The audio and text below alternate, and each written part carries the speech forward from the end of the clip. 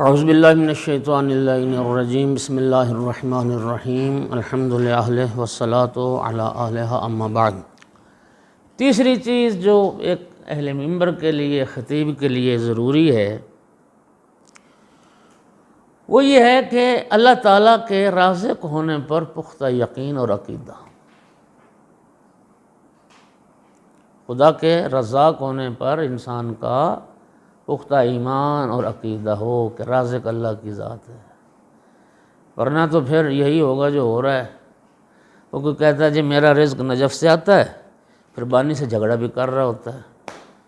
Najaf سے آیا تو لے لو نا یار، جتنا نجف سے آ گیا، لیکن پھر جھگڑا بھی کرتا ہے۔ ایک اہل منبر کے لیے اس کو اس میں پختہ ہونا چاہیے ذات خدا پر کہ رازق اللہ کی ذات، کہ ایسا نہیں ہے۔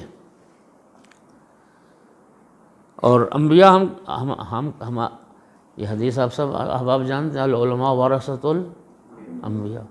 انبیاء جب تبلیغ کرتے تھے، جس بستی میں جاتے تھے یا جس علاقے میں جاتے تھے، وہ وہاں کے لوگوں سے تقاضا کوئی نہیں کرتے تھے، بلکہ کیا وما اسألکم علیہ من اجر ان اجریہ الا علی رب العالمین۔ ہمارا اجر اللہ کے ذمہ، جو عالمین کا رب ہے وہی ہمیں اجر عطا کرنے والا ہے۔ اللہ کے رازق ہونے کا یقین پختہ ہونا چاہیے۔ ممکن ہے کہ پروردگار عالم آپ کے اسی ذکر اہل بیت کو ہی وسیلہ رزق بنا دے، یہ ممکن ہے، لیکن رازق پھر بھی اللہ کی ذات کو ہی سمجھنا چاہیے کہ اسی نے اس کو وسیلہ بنایا ہے۔ لوگ رازق نہیں ہوتے، وسیلہ۔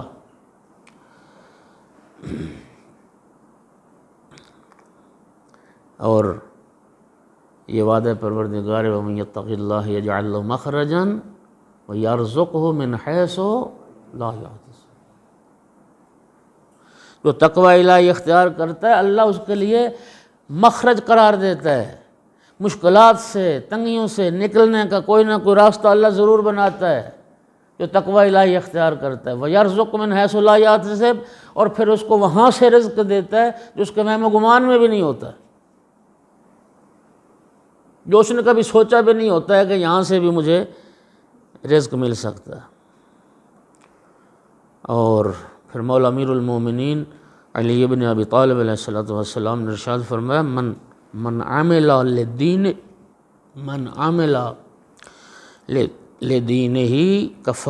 کفاہ اللہ دنیا۔ جو اللہ کے دین کے لیے عمل کرتا ہے، اللہ اس کی دنیا کے لیے کافی ہے۔ آپ دین خدا کے لیے کوشش کریں اور اللہ تعالیٰ آپ کی دنیا کو نہیں سنوارے گا، یقیناً سنوارے گا۔ اللہ تعالیٰ کے رازق ہونے کا پختہ یقین۔ تین چیزیں۔ چوتھی چیز، یہ چیز پہ ذرا میں سارے اپنے سامعین سے، مخاطبین سے چاہوں گا، مجالس پڑھنا، ذکر اہل بیت کرنا، یہ بہت بڑی سعادت ہے، بہت بڑی سعادت ہے۔ ہر بندہ چاہتا ہے کہ میں اس سلسلے میں کامیاب ہوں، البتہ لوگوں کے نزدیک کامیابی کے معیار میزان الگ ہیں۔ کوئی بندہ کسی اور چیز کو کامیابی سمجھتا ہے، کوئی کسی اور چیز کو کامیابی سمجھتا ہے۔ اس موفقیت میں کہ ہماری باتیں لوگوں کے دل تک پہنچیں، صرف کانوں سے ٹکرا کے واپس نہ آ جائیں، کان کے راستے سے دل میں اتریں، اور آپ کی گفتگو ایک مؤثر گفتگو ہو، ایک پرتاثیر گفتگو ہو، اس کے لیے باقی جہاں بہت ساری چیزوں کا لحاظ رکھنا ضروری ہے، اس میں ایک چیز مجلس کے لیے خود اہل بیت رسول سے توسل ضروری ہے۔ ہر مجلس توسل سے پڑھیں۔ آیت اللہ محمد تقی فلسفی کا میں نے پڑھا، بلکہ انہوں نے اپنی شاید کتاب میں ذکر بھی کیا۔ وہ فرماتے ہیں میں نے زندگی میں ایک مجلس بھی توسل اہل بیت کے بغیر نہیں پڑھی۔ اہل بیت سے پہلے توسل کرنا، پھر مجلس پڑھنا، یہ بہت ضروری۔ شیخ جعفر شوشتری، آپ نے نام سنا، یہ وہ مجتہد تھے کہ ہمارے فقہاء میں سے یہ وہ واحد فقیہ تھے کہ جو بہت جذاب جن کی خطابت تھی، دلوں میں اترنے والی جن کی باتیں تھیں، واحد مجتہد اور فقیہ ہوتے ہوئے اتنی اچھی مجلس پڑھتے تھے کہ عوام بھی خواص بھی ان کی گفتگو کے عاشق تھے۔ ایسے کامیاب یہ خطیب بھی گزرے۔ مرزا نوری نے اپنی ایک کتاب میں ذکر کیا کہ خود جعفر شوستری نے یہ بات مجھے سنائی کہ نجف اشرف میں جب وہ فارغ و تحصیل ہو کے آئے، جب آتے تھے تو ماہ مبارک رمضان میں اور محرم میں مجالس پڑھتے تھے، گفتگو کرتے تھے۔ رمضان کی کہتے ہیں میں مجالس تفسیر صافی کو دیکھ کے سامنے پڑھتا تھا، اور جو محرم کی مجالس تھیں وہ ملا کاشفی کی اس کتاب کو سامنے رکھ کے پڑھتا تھا۔ لیکن مجلس میں پڑھتا تھا اس میں کوئی تاثیر و تاثر والی بات ہی نہیں تھی،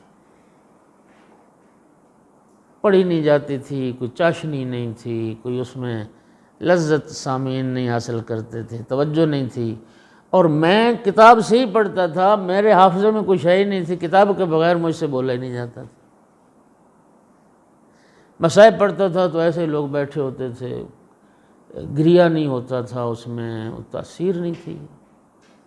کہتا میں اس صورتحال سے بہت پریشان تھا، میں نے پھر دعا کی، توسل کیا کہ میرا اللہ میں کب تک ایسے رہوں گا، کب تک میں ملا کتابی بنا رہوں گا، کتاب سے پڑھنا۔ ذات امام حسین علیہ السلام سے فرماتے میں نے توسل کیا تو خواب دیکھا۔ خواب میں کیا دیکھا کہ میں کربلا میں ہوں، امام حسین علیہ السلام کربلا میں پہنچے، مولا کے خیمے لگے، اور میں مولا امام حسین علیہ السلام کے خیمے میں داخل ہوں۔ مولا امام حسین علیہ السلام نے جناب حبیب ابن مظاہر سے، میں نے مولا کی دست بوسی کی، قدم بوسی کی، بیٹھ گیا۔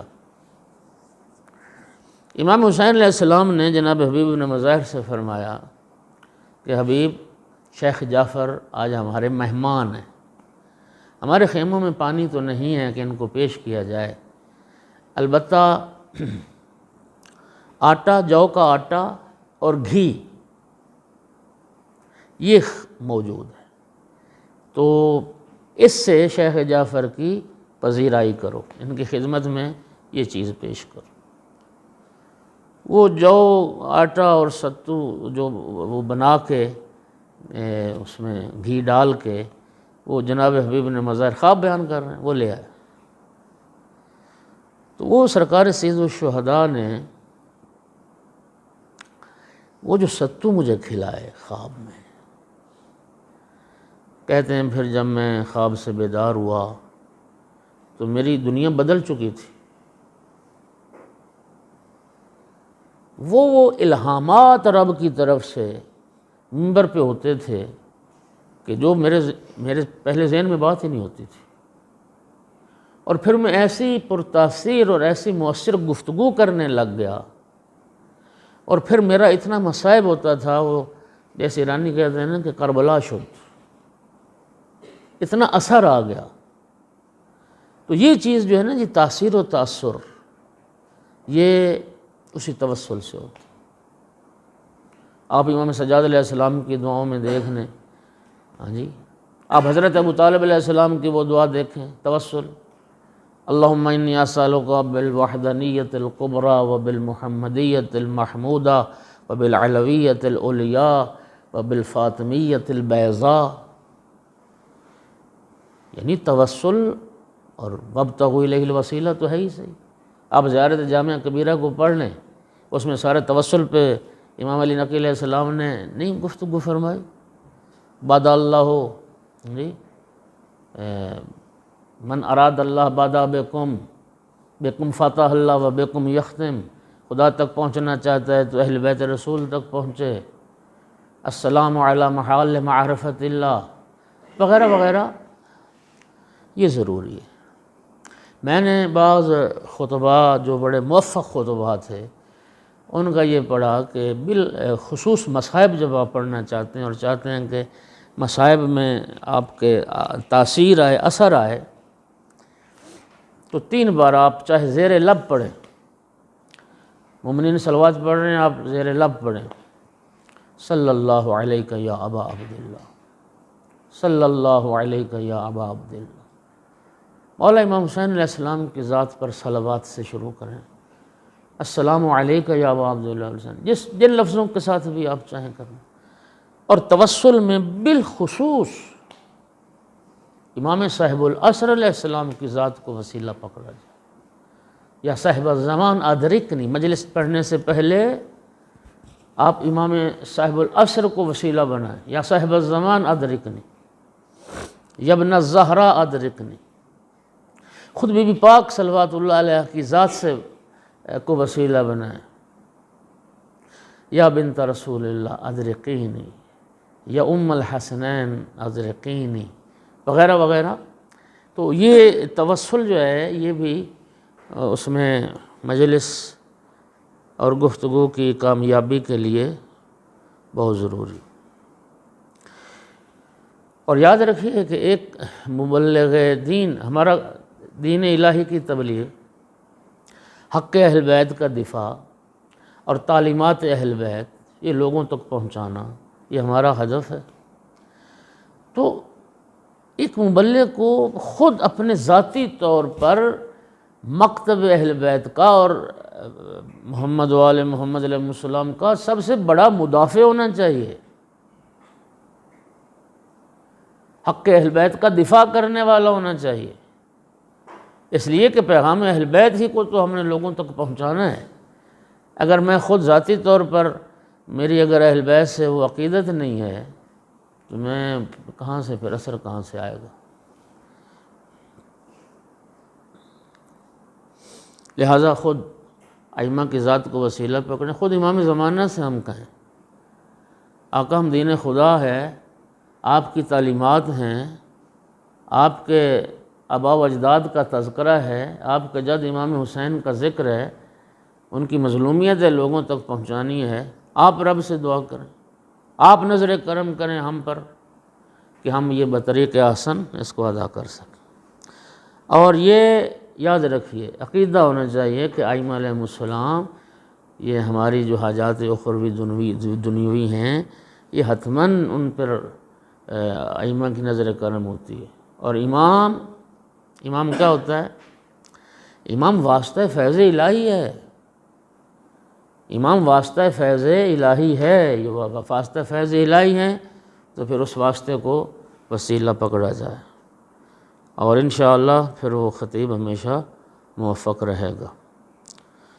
امام سجاد علیہ السلام سے جو صلوات، ایک صلوات سارے حضرات پڑھنا چاہیے۔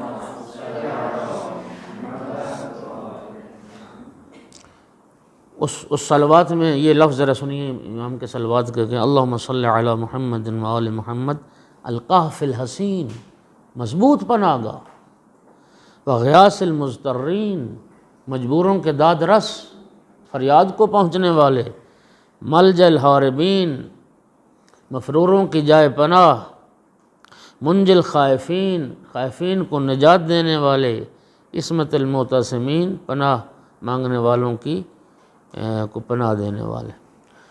صلوات بر محمد و آل محمد۔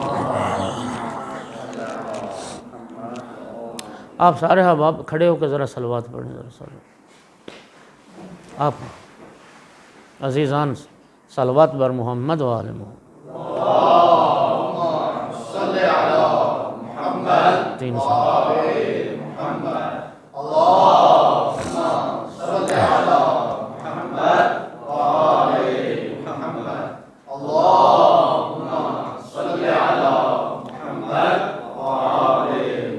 تشریف رکھ۔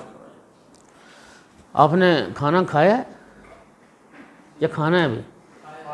ہاں بس اس لیے نشہ چڑھ رہا ہے آپ کو، کھانا ہے، یہ آپ کو تھوڑا سا کھڑا کیا تاکہ سر نشہ ٹوٹ جائے۔ ایک صلوات اور بھی پڑھ دیں۔